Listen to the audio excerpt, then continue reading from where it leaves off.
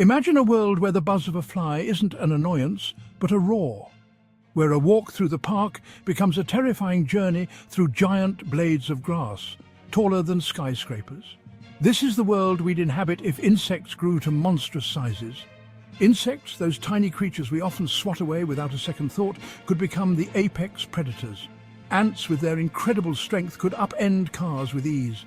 Spiders, already the stuff of nightmares, would become titans, their webs capable of snaring entire buildings. Our world, dominated by humanity for millennia, would be turned upside down.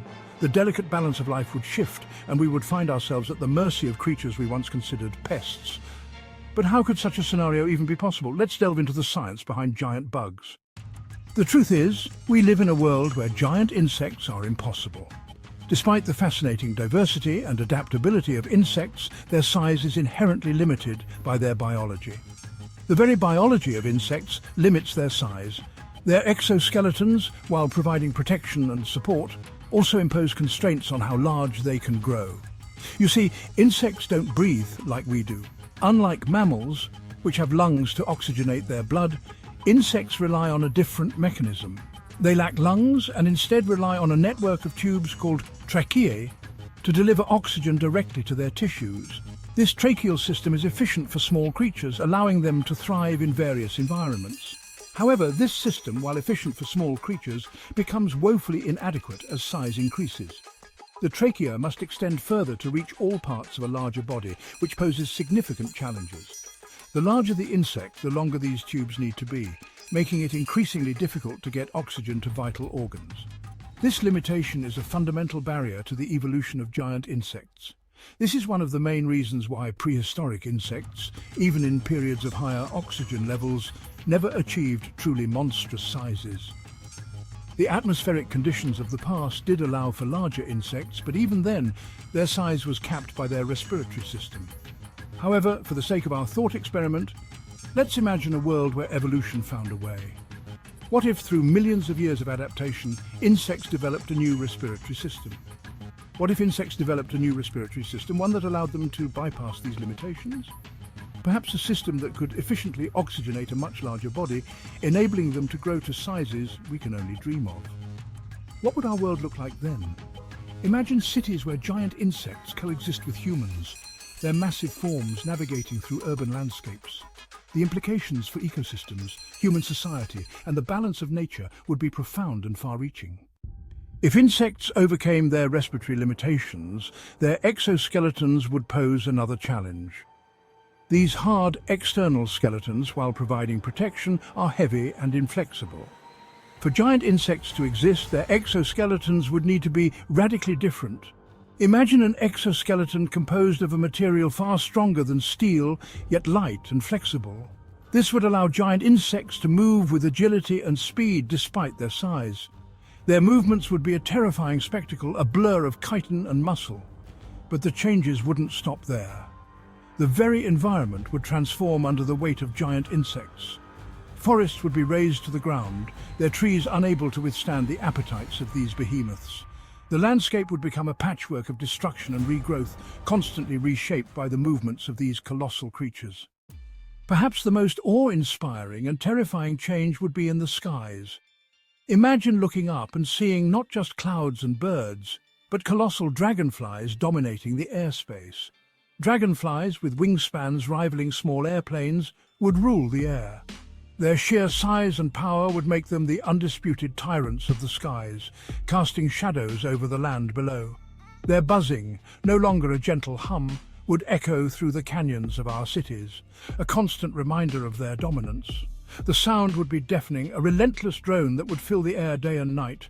Birds, once masters of the sky, would be relegated to scavenging whatever scraps the giant insects left behind. Their graceful flights would be replaced by desperate dashes for safety, always on the lookout for the next attack. The food chain would be completely upended, with humans precariously positioned somewhere in the middle. We would no longer be the apex predators, but rather potential prey for these airborne giants. No longer at the top, we would be forced to adapt to a world where the hunter had become the hunted. Our daily lives would be filled with fear and caution, always aware of the looming threat from above. This constant threat from above would shape our architecture, our defences, our very way of life. Buildings would be designed with reinforced roofs and walls, capable of withstanding the attacks of these massive insects. Imagine cities encased in gigantic domes, a desperate attempt to keep the airborne behemoths at bay. These domes would be our sanctuaries, shielding us from the relentless onslaught of the dragonflies. Our world would become a fortress, a testament to our struggle for survival. Every aspect of our lives would be influenced by the need to protect ourselves from the sky-bound predators. From our homes to our cities, everything would be designed with one goal in mind: survival. Communities would come together, pooling resources and knowledge to develop new technologies and strategies for defense. Training with weapons and building fortifications would become a part of everyday life. Scientists and researchers would be at the forefront of this battle, studying the giant insects to find weaknesses and developing new technologies to combat them. Our survival would depend on our ability to innovate and adapt. Even education would change, with children learning about the giant insects and how to survive in this new world. Survival skills would be taught alongside traditional subjects, preparing the next generation for the challenges ahead. Ultimately, we would strive to find a balance, learning to coexist with these new rulers of the skies. Our world would be forever changed, but through resilience and ingenuity we would find a way to survive and thrive. Section 5. A feast for some, a famine for others. The ecological impact of giant insects goes beyond their predatory prowess. These colossal creatures would not only dominate the food chain, but also alter the very fabric of our ecosystems. Their sheer size would require an unimaginable amount of food. A single giant insect could consume as much as a small mammal, leading to a voracious appetite that would need constant feeding. Imagine locust swarms, already capable of devastating crops, now composed of individuals larger than cars. These swarms would be unstoppable, moving across landscapes like a plague, consuming everything in their path. Agriculture as we know it would collapse. The delicate balance of our food production systems would be thrown into chaos, unable to cope with the relentless onslaught of these giant insects. Fields would be stripped bare in hours, leaving behind a trail of devastation. The once fertile lands would turn into barren wastelands, unable to support any form of plant life. Famine would become a constant threat, forcing humans to find new ways to sustain themselves. Communities would struggle to find enough food, leading to widespread hunger and desperation. We might be forced to cultivate giant insect meat, a grim solution to a horrifying problem. This alternative protein source could become a necessity, as traditional livestock farming would no longer be viable. The very composition of the air would change. The sheer number of these insects would alter the balance of gases in the atmosphere, leading to unforeseen consequences. The massive amounts of methane produced by these insects would contribute to a greenhouse effect on a scale never before seen.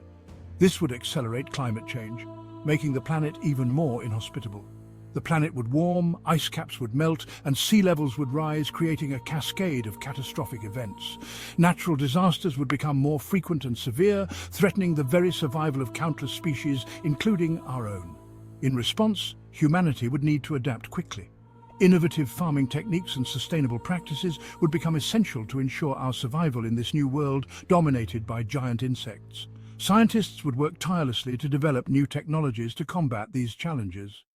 From genetic modifications to advanced pest control methods, every effort would be made to restore balance to our ecosystems. Communities would need to come together, sharing resources and knowledge to overcome the hardships. Cooperation and resilience would be key to navigating this unprecedented crisis. Despite the grim outlook, there is hope. With determination and ingenuity, we can find ways to coexist with these giant insects and restore harmony to our planet. The future of our world depends on our ability to adapt and thrive in the face of such monumental challenges. Section 6. Living in the shadows. In this world reshaped by giant insects, humans would be forced to adapt or perish. Underground bunkers, once the realm of science fiction, could become our only refuge. We would be forced to live in the shadows, emerging only when necessary to scavenge for resources. Our technology, once a symbol of our dominance, would be repurposed for survival. We would develop new forms of energy, perhaps harnessing the very insects that threaten us. Weapons would be redesigned, focusing on piercing exoskeletons and exploiting vulnerabilities we never knew existed. This constant struggle for survival would foster a new era of innovation. Necessity, the mother of invention, would push us to our limits, forcing us to find solutions in the face of overwhelming odds. Section 7. Adapt or perish. But survival wouldn't just be about technology. It would require a fundamental shift in our understanding of the world. We would need to learn to coexist with these giant creatures, to understand their behavior and exploit their weaknesses. Imagine entomologists, once relegated to labs and classrooms, now becoming our most valuable asset. Their knowledge of insect behavior, their understanding of pheromones and social structures would be crucial to our survival. They would become the strategists, the generals in our war against the giants. This new world would demand courage, ingenuity, and a deep respect for the creatures we share the planet with. It would be a world where the line between predator and prey is constantly blurred, where every day is a fight for survival. Section 8. A new ecosystem. Despite the terrifying implications, the emergence of giant insects would also lead to fascinating ecological developments. New species of plants and animals would evolve to coexist with these giants. Imagine birds building nests on the backs of giant beetles, feeding off the parasites that plague their massive hosts. The very concept of ecosystems would be redefined. Relationships between species would become more complex, more intertwined. We might even see the emergence of symbiotic relationships between humans and giant insects. Imagine using the strength of giant ants for transportation or harnessing the bioluminescence of giant fireflies for light.